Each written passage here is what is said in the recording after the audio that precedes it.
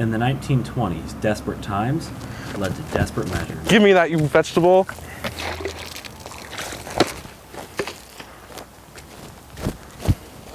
Leading to criminal actions by many.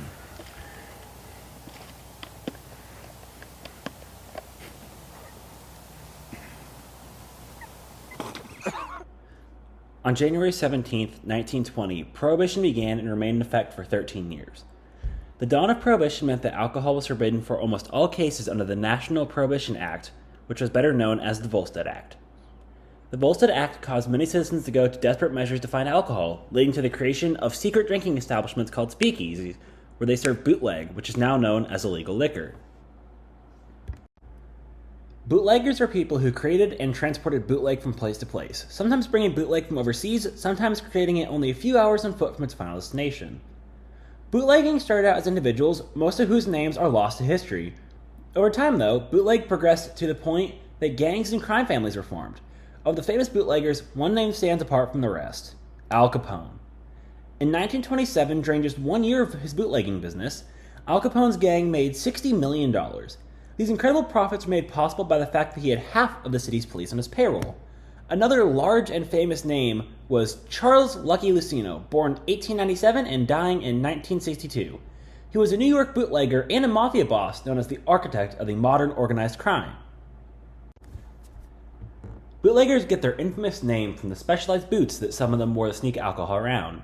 From a distance, these boots appeared to be almost normal, but from close up, it was revealed that they had cow prints in them, so it looked like cows were walking through an area, and not people. These specialized shoes allowed them to quickly travel without leaving tracks. Stop! You're under arrest in the name of the Prohibition Act.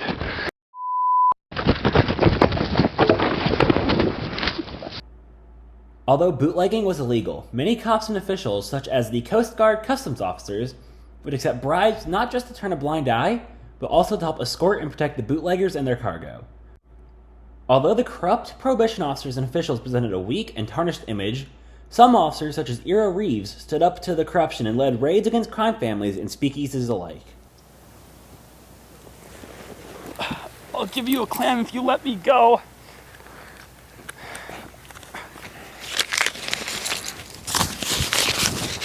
No.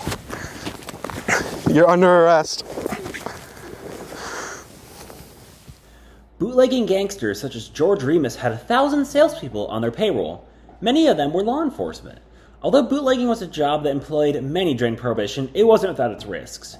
According to Chapter 217, Article 7 of the U.S. Code, Section 96, any person willfully violating any provision of Section 95 of this title shall, on conviction, be punished for each offense by a fine not exceeding $5,000 or by imprisonment for not exceeding 1 year, or both, as of March 3rd, 1923.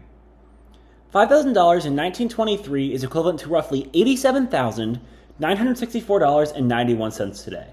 Many bootleggers who were caught would choose jail time over fines due to having lack of funds on hand.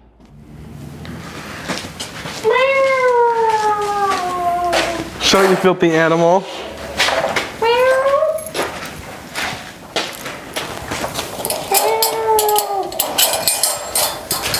Get in there, are you drunk? I'm a fall guy!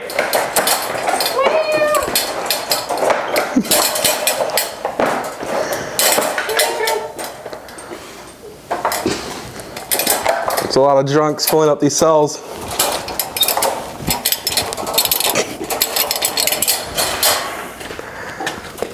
Don't mind if I do.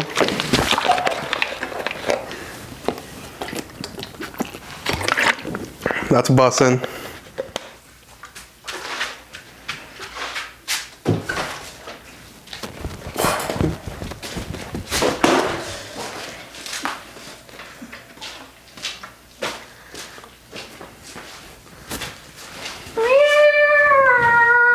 That's the whole background we're going with.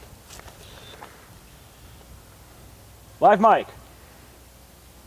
Jason, you're starting with your hands down. Put your hand down. Is he facing the camera at the end of the scene or what? Or was he looking at me? He's looking at you. So Okay. look forward. Yeah. Okay, when I start it. And make the Grinch smile when you pull it out. Like.